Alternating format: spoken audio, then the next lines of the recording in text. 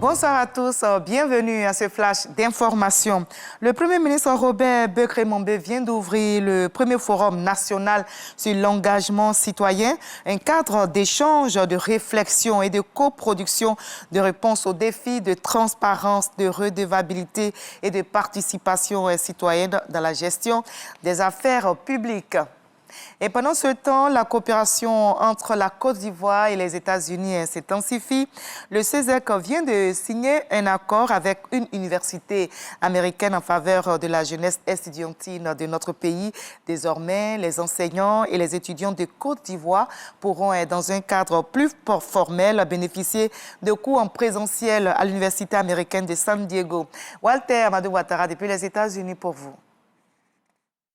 Cette signature d'accord de partenariat entre San Diego State University en Californie aux États-Unis d'Amérique et le ministère de l'Enseignement supérieur et de la Recherche scientifique, représenté par son directeur des affaires juridiques, est l'aboutissement de la volonté du Conseil économique, social, environnemental et culturel, CESEC.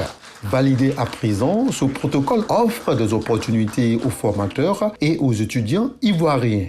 À travers ce partenariat, nous ouvrons la voie 1 à des échanges académiques et scientifiques accrus entre les enseignants, les chercheurs et étudiants de nos institutions. 2. Au développement de programmes de formation conjoints dans des domaines stratégiques. 3.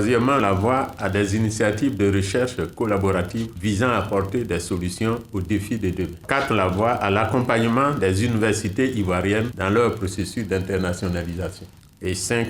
Nous ouvrons la voie au renforcement des liens entre l'enseignement supérieur et le secteur économique, ce qui est extrêmement important, pour favoriser l'insertion professionnelle des étudiants. Ce faisant, je tiens à saluer le rôle clé du ministère de l'Enseignement supérieur et de la Recherche scientifique de Côte d'Ivoire. Pour la partie américaine, la Côte d'Ivoire est un partenaire stratégique dans le domaine académique. Ce mémorandum sera profitable à tous, soutient la présidente de l'Université de San Diego State. Ému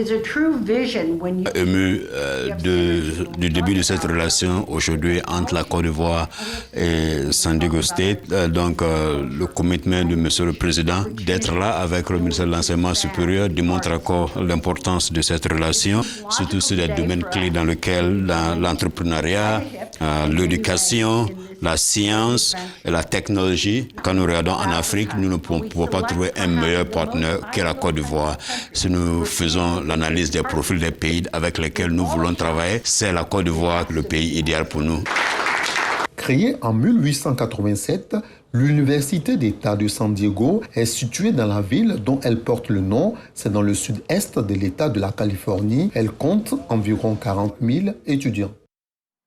Nous sommes le 10 mars aujourd'hui et on se souvient, il y a 4 ans, l'ancien Premier ministre Ahmed Bakayoko quittait ce monde laissant derrière lui un héritage politique et humain indélébile. En cette date anniversaire, donc, la nation lui rend hommage à travers des cérémonies de recueillement et des initiatives visant à perpétuer ses actions. Des cérémonies religieuses ont été organisées à Abidjan et à Séguéla, sa ville natale. Des proches, des personnalités politiques et des anonymes se sont recueillis sur sa tombe.